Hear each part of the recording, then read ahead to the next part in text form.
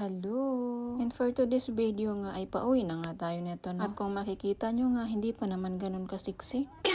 At bago nga umuwi, nag-video muna ako. Tapos dito. Sabi nga nung kasama ko, uy, i-video mo to kasi ang laki ng kalabasa. Kung pwede lang humingi ng buto para magpalahi ba. Tapos tinestingan ng kasama ko kung mabigat. Hindi naman siguro ganun kabigat kasi kinaya man oh.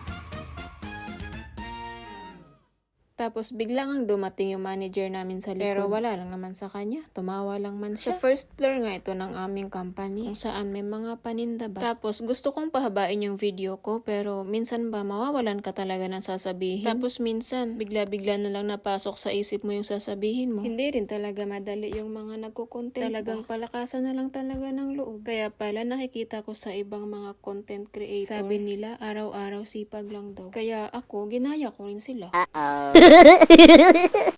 O siya, hanggang dito na lang muna. Bye-bye.